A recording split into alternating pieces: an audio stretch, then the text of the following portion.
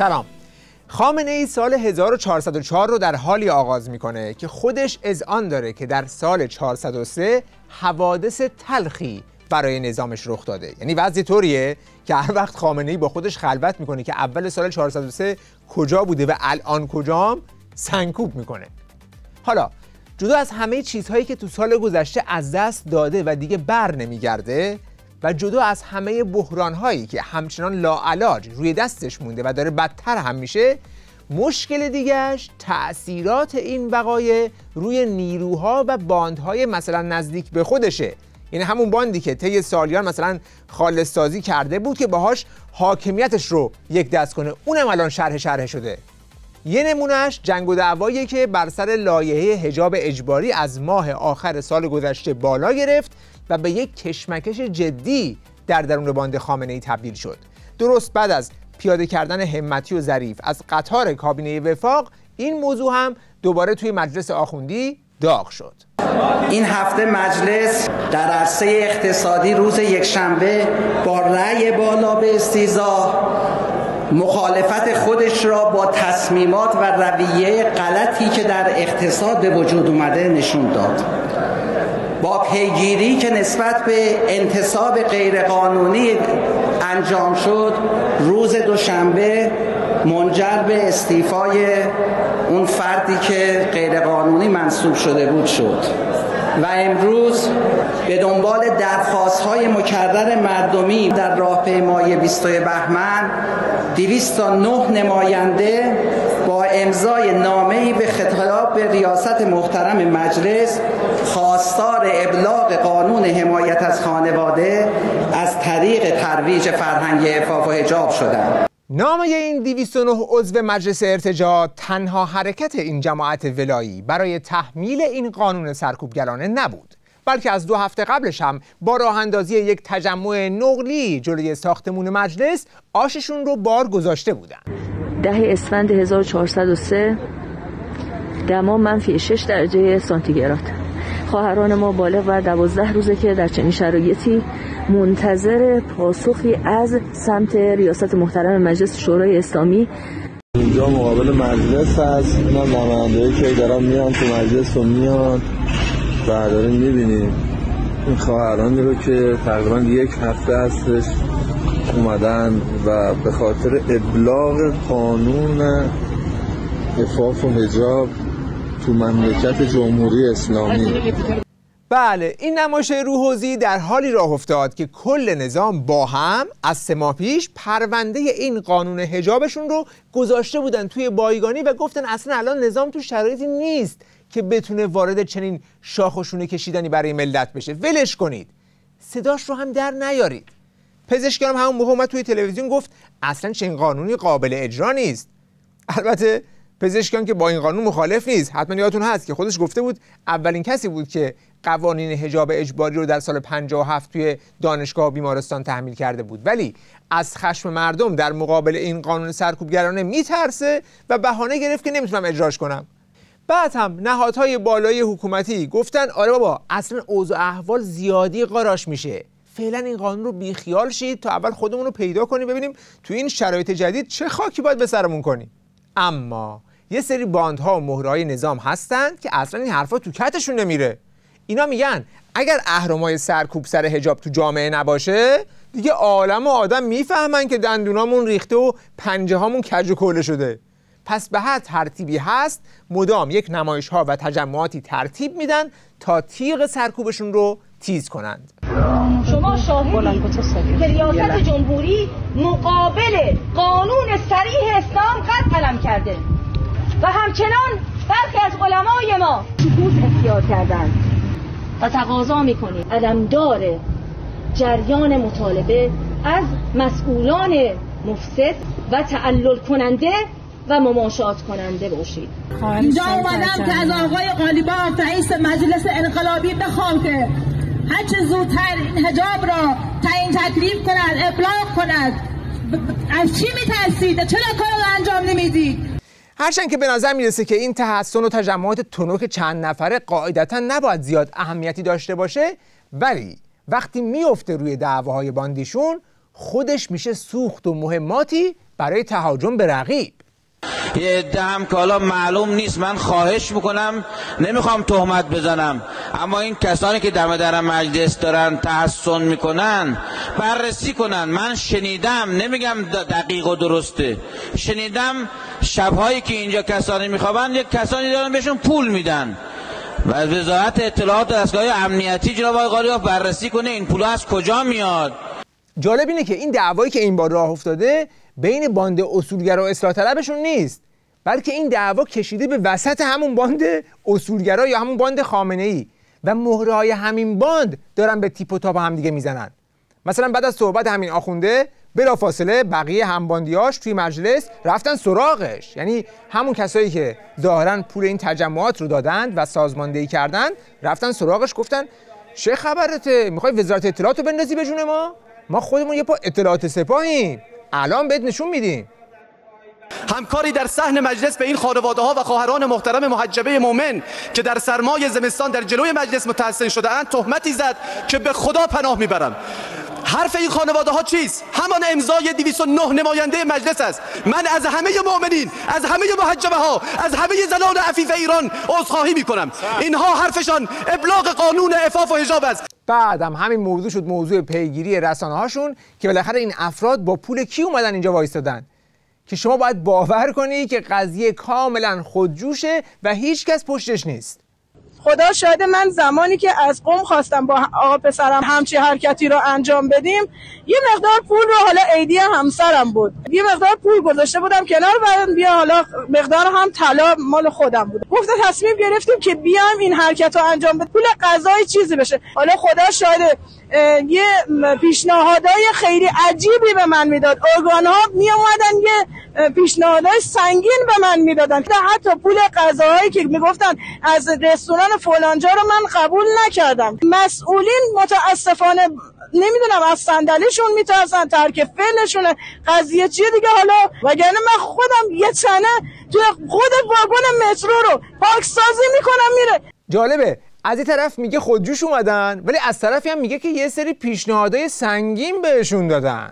پس یعنی یه سری تو بالای نظام براشون مهمه که این تحسنه باشه و هواشونو دارن، ولی ظاهرا قرار نیست که کسی از این موضوع بویی ببره و به همین خاطر اینقدر به همون آخونده که گفته بود اینا پول گرفتن حمله کردن که اونم مجبور شد با گردن کش بیاد توی یک رسانه دیگه و به غلط کردن افتاد. واقعا من از همه مردم عزیز کشورمون، متدینین، خواهرای محجبه خدا من عذرخواهی میکنم. مثلا ما که هیچ وقت نه قصد داشتیم نه به این سمت حرکت میتونیم بکنیم. ما همه وجودمون از دین و از انقلاب و از نظام، من و هزار تا مثل من فدای یه نخ چادر بچه حزب الله و خانم‌های محجبه شده. حجم پیامک‌ها رو من خواهش می‌کنم که همین دوربین شما یه دقیقه از خدمت شما شاید روی این صفحه موبایل من که من بله. این حجم پیامک‌ها رو حالا بذار من همونجوری برم پایین، شما همونجوری برید پایین بیش از مثلا 3-4 هزار پیامک تماس، شما هر چقدر برید پایین، هر چقدر مثلا من یک شو همونجوری باز می‌کنم، مثلا اینو باز می‌کنم. بعد حالا من چون بعضش حیا می‌کنم بخونم، آقای پوفیوز احمق بیشور خواهش می‌کنم حرف دهنتو بفهم. خب مثلا پیامو بذار پخش کنم. بله، فحش پرانی یک لشکر سایبری کافی بود تا این آخونده از اون باد و بلوف اولیه بیاد تا اندازه یک نخ چادر رو باریک بشه. بعد هم میره تو فاز ماله کشی و یه جوری ماله میکشه که بیرنگ در میاره کار رو. اما حالا این که خدمت کسی پول بگیره تجمع بکنه، پول نگیره تجمع بکنه، که اشکال شرعی نداره که من دوست دارم پول بگیرم اینجا وایستم، دوست دارم پول نگیرم. موضوع اصلا این نیست. موضوع اینه که آقا بنده هم پس پیگیری وزارت اطلاعات و اینا رو دیگه کامل بیخیال شد. گفت تجمع با پول بی پول اصلا اشکالی نداره، به منم پول بدم من میرم وای میستم، چه اشکالی داره ها؟ به این ترتیب معلوم شد که این تحسن و تجمعاتی که به نظر خیلی محقر میان، به رغم ظاهرشون پشتشون به اون بالاها گرمه که میتونن هر وقت خواستن توی خیابون جمع بشن و حتی شعار وعده صادق برای عزل قالیباف بدن. بعد هم کسی بهشون کاری نداره.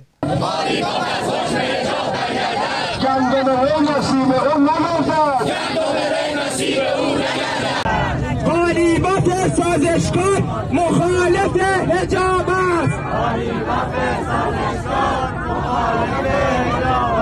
وعده صادق ما عزل سازشکاران است.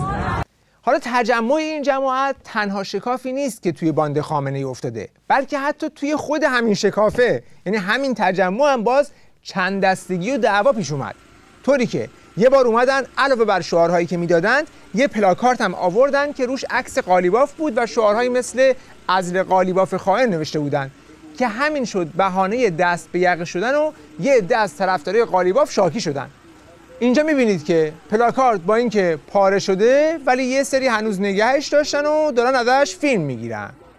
اما بعد این یارو کت‌شلواریه میاد مستقیم از طرف خود قالیباف محکم میره تو شکمشون، بعد هم بکش پایین اینو دیگه، بعدش هم مشترکتی که روی هوا میچرخه. بعد از این درگیری ها بود که تنش بین همین تجمع کنندگان هم بالا گرفت و یکی از بسیجی های بیدنده و ترمز شروع کرد به تهدید قالیباف که دستش رو برخورد خواهیم کرد. جریان نفوذی در لباس دوست، در لباس خودی بین جمع ما حاضره. الان داره میشنوه که میگن اسم قالیباف نیارید، قالیباف مانع ابلاغه. این جریانی که میگن اسم قالیباف رو نیارید منحرفترین جریانات تاریخ اسلامند، ولی متاسفانه تمام نهادها میگویند تنها شخصی که جلوی ابلاغ قانون را گرفته شخص قالیبافه و ما تا ایشان مقابل قانون ایستاده دستش را برخورد خواهیم کرد. بعد از کتککاری جلوی مجلس که همه تیرها به سمت قالیباف نشان روی شد، خود قالیباف رو با یک فرود اضطراری آوردن نشوندن جلوی دوربین که دیگه با یک توزیع این قائله رو جمع کنه. قالیباف هم با یه ویراژ قشنگ توپ رو انداخت توی زمین دبیرخانه شورای عالی امنیت ملی و گفت من تقصیر ندارم، اونا به من گفتن متوقفش کن. حالا بنا شد یه قانون بیاد که هم بخشای ایجابی رو بهش توجه بکنه، هم بخشای مربوط به عرضم به حضور شما سلبیره داد. ولی چرا این متوقف شده؟ با خاطر همین بحثایی که پیش اومد، دبیرخونه شورای عالی امنیت ملی که بر اساس اختیاراتی که دبیرخونه داره احساسشی بود که این ممکنه در جامعه الان تنشی داشته باشه، چون درست همزمان با بحث مربوط به مسائل سال 1401 و اینا بود، تدبیرش بود که یه عقب بیفته. دبیرخونه این پیشنهاد خودش رو آورد تو صحن شورای عالی امنیت ملی، اونجا با حضور همه اعضا این رو مطرح کرد و شورای امنیت ملی هم این تصمیم گرفت، یعنی این تصمیم صحه گذاشت و دبیرخونه این رو کتبی به بنده ابلاغ کرد. خب وقتی این رو من ابلاغ کرد، طبیعتا من وظیفه قانونی دارم که این رو رعایت کنم و بعدم این رو تمدید کرد باشه تا او اصلاحات انجام بشه، بعد انجام بشه. پس داره میگه چی؟ به طور سربسته داره میگه چون اجرای این قانون میتونه تنش‌هایی داشته باشه و فضای قیام 401 رو به وجود بیاره که جوانای شورشی خیابونا رو بسیجی زدایی میکردند، خلاصه اون صحنه ها پیش بیاد، بله تمام اعضای شورای عالی امنیت که خودش هم یکی از اونهاست گفتن آقا ولش کن این قانون رو، کار دست خودمون میدیم. حالا این شورای مرموز عالی امنیت ملی توش کیا نشستن که این تصمیم رو گرفتن؟ اینان سران سه قوه هستن، وزیر کشور، وزیر خارجه، وزیر اطلاعات، فرماندهان ارشد نظامی و بعد هم نمایندگان خود خامنه‌ای مثل سعید جلیلی هم اونجا نشستن که همه اینا به خاطر وحشتشون از قیام رأی دادن که این قانون اجرا نشه. ولی این حرف قالیباف هم حرف جدیدی نبود و غرب‌تر هم مهرهای دیگه این حرف رو گفته بودن، اثر نکرده بود.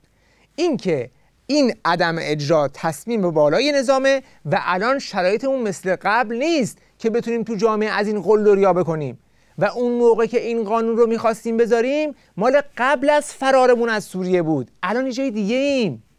زمانی که ما تصویب کردیم لایحه عفو و حجاب رو قبل از سقوط سوریه بود، قبل از شهادت سید حسن بود و شرایطی که خودتون تاریخش هم میدونید. اما بر اساس این که مبادا دشمن بخواد سوریه سازی بکنه ایران رو، جلوی هر چیزی که باعث دو قطبی میشه، دبیرخانه شورای امنیت ملی گفته که فعلا جلوش گرفته بشه. تو مجلس هم یه نامه رو بعضی از برادران جمع کردن، خطاب به آقای قالیباف که شما خروجیش اینه، شما جلوی شورای امنیت ملی وایستا، بگو این قانون مجلس، از به تعبیرشون این بود از حیثیت مجلس دفاع کنید، یعنی جلوی دبیرخانه شورای امنیت ملی وایستیم که چرا شما ابلاغ نمی‌کنید. بنده امضا نکردم، اتفاقا بنده این دعوا رو اصلا قبول ندارم. فعلا نباید دو قطبی در بستر جامعه انجام بشه. گاهی اوقات اشکال میکنن. من دیدم دوستان همین ایام گفتن مگه آقای نویان مگه خودت تصویب نکردی؟ چرا؟ ما بودیم که تصویب کردیم لایحه عفاف و حجاب را. میگم ابلاغش به خاطر توی کلیپ اول گفتم مشکلاتی که تو کشور وجود داره نباید کشور مشتعل بشه و دشمن بتونه سوء استفاده کنه مثل 1401. دو قطبی سازی ممنوع. خب این یکی خیلی واضح داره میگه که من خودم قبلا این قانون رو تصویب کرده بودم، ولی چرا حالیتون نیست؟ نظام دیگه اون نظام نیست. سوریه‌مون رفته، نصرالله رفته، حوثی داره میره، تو عراق هم دارن دوممون رو قیچی میکنن. دیگه پشمی به عماممون نمونده. فقط یک استکاک کافیه تا جامعه مشتعل بشه. بعد مشتعل شد کی میخواد جمع کنه؟ در ادامه هم حرفهایی میزنه که روشن میکنه بحران فراتر از این حرف هاست و تبعات این تصمیمات شل شدن بدنه اصلی نظام و شک کردن به همه چیز نظامه. دوستان انقلابی ما یادتون رفته همین افراد در باب تأخیر 2 ماهه در عملیات وعده صادق 2 چه حرفایی زدن؟ گفتن دولت های پزشکیان مانع هست. جلوتر اومدن گفتن قالیباف مانع هست. جلوتر اومدن گفتن که نه، نیروهای فرماندهان نظامی مثل آقای حاجی زاده، مثل آقای سلام، اینا عافیت طلب شدن. جلوتر اومدن گفتن فقط اینا فقط بیانیه میدن، کاری انجام نمیدن. یا میگفتن اگه زودتر انجام میشد 3 درصد به شهادت نمیرسید. در مورد عملیات وعده صادق 3 چی میگن؟ که سرلشکر باقری نمیذاره که این کار انجام بشه. حتما اینا رو شنیدید. خب شما که به دولت اعتماد ندارید، به مجلس که اعتماد ندارید، قوه قضاییه که اعتماد ندارید، فرماندهان نظامی که قابل اعتماد نیستن، این روحیه رو تو مردم آدم جا بندازه خیلی خوبه؟ اینا کارهای تندروانه است. اینا همون افرادن که این کار رو هر لحظه هر زمانی یه بحرانی میخوان ایجاد بکنن که متاسفانه خروجیش اینه که اعتماد به هیچ کس نکنید دیگه. خودتون بیاید وسط، نظام قابل اعتماد نیست، نه مجلسش، نه دولتش، نه قوه قضاییش، نه سپاهش، نه فرماندهان نیروی انتظامیش. تو وعده صادق 1، وعده صادق 2، وعده صادق 3 متاسفانه کارهایی که انجام دادن این کارا اصلا نادرست بود. جالبه که همشون هم که حرف میزنن پشت سرشون عکس ولی فقیه رو میذارن که یعنی ما تو باند خامنه ای هستیم. هم اینی که به اونا میگه تندرو، هم اونا که به اینا میگن منحرف. با این حال این دعوا همچنان ادامه داره و توی یکی از نمایش‌های جمعه یقه همین آخوند عضو مجلس رو گرفتن که تو چرا به ما میتوپی؟ حالا اخیراً هم یکی از مسئولین داره به کسانی که متدینن میگوید پافشاری نکنید رو قانون عفاف و حجاب، جامعه رو دارید 2 قطبی میکنید. واقعا انسان نمیدونه بخنده یا گریه بکنه از این جملات. حالا یک مسئولیت هم ایشون داره. نفوذی که آقا ازش یاد کردن فرمودن نفوذ نرم، یعنی فکر یک مسئول این باشه که نباید قانون عفاف و حجاب رو رعایت بکنه. خیلی عجیبه. یکی از اینا میگه من نمیتونم با مردم در بیفتم. یه عبارت یعنی چه؟ بله، ملاحظه کردید که چطور قانون سرکوبگرانه حجاب تبدیل شده به یکی از نشانه‌های بحران درونی رژیم و تکه پاره شدن همون باندی که خامنه‌ای در سالهای گذشته مثلا خالص سازی کرده بود. الان هم این قانون همچنان روی دستشون مونده و از ترس شعله‌ور شدن قیام بین مجلس و دولت و شورام یا همون شورای عالی امنیت ملیشون پاسکاری میکنن. ولی هر مسیری هم که برن در هر حالت گریزی از ریزش و انشقاق و تشتت و دعوای بیشتر در درون سیستمشون ندارن. وقت بخیر و خدا نگهدار.